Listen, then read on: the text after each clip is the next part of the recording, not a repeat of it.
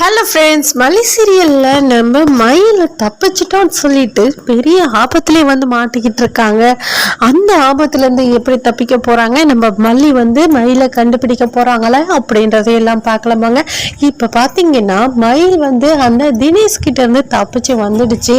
அங்கே வர வழியில் யாராச்சும் ஹெல்ப் பண்ணுவாங்களான்னு எதிர்பார்க்குறாங்க. ஆனால் ஹெல்ப் பண்ணல.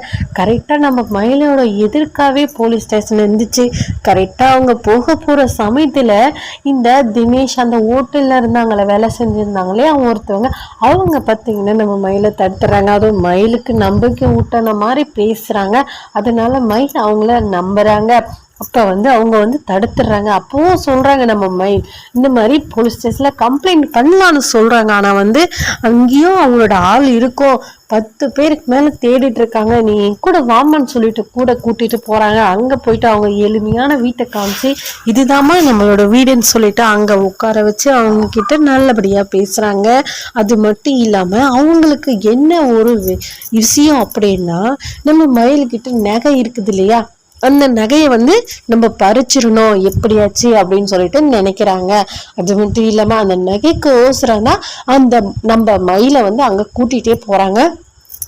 அது மட்டும் இல்லாம அந்த நகையை அவங்க கிட்ட இருந்து வாங்கணும் அப்படின்னு சொல்லிட்டு ரொம்ப நம்பிக்கையாவையும் பேசுறாங்க. நம்ம மயிலுக்கு வந்து தண்ணி ஜூஸ் அந்த மாதிரி ஏதாச்சும் எடுத்துட்டு வந்து தராங்க. அதுவும் அவங்க ஒய்ஃபும் வேற சொல்றாங்க. அவங்க எடுத்துட்டு வந்து தரந்த உடனே நம்ம மயிலும் அதை குடிச்சிட்டு மயக்கம் போட்டு விழுந்துடுறாங்க. அப்பதான் அவங்களோட சுயரூபமே தெரியுது. இவங்க எப்படியாப்பட்டவங்கன்னு சொல்லிட்டு உடனே வந்து அவங்க யோசிக்கிறாங்க. நான் உன்னை இவ்வளோ தூரம் கூட்டிட்டு வந்தது உன்னை பாதுகாக்கணும் அப்படின்றதுக்காக இல்லை, உன்னோட நகைக்காக. அந்த நகை வந்து எப்படியாச்சும் நம்ம கைக்கு வரணும் அப்படின்றதுக்காக தான் இவளை நான் காப்பாத்தினேன் அப்படின்ற மாதிரி யோசிக்கிறாங்க. அது மட்டும் இல்லாம அந்த நகையையும் அபகரிச்சிடறாங்க. இது மயிலுக்கு பெரிய ஆபத்துனே சொல்லலாங்க. இங்கேயே வந்து இவங்கள வச்சிருக்காங்க. இப்ப நம்ம மல்லி விஜய் ஒரு பக்கம் வந்து மயிலை தேடிட்டு இருக்காங்க. எங்க தேடினாலுமே நம்ம மயிலை பத்தி எந்த தகவலும் கிடைக்கல. உடனே போலீஸ் ஸ்டேஷன்ல போயிட்டு கம்ப்ளைண்ட் பண்ணலாம்னு சொல்லிட்டு போய் கம்ப்ளைண்ட் பண்றாங்க. போலீஸும் வந்து விசாரிக்கிறாங்க.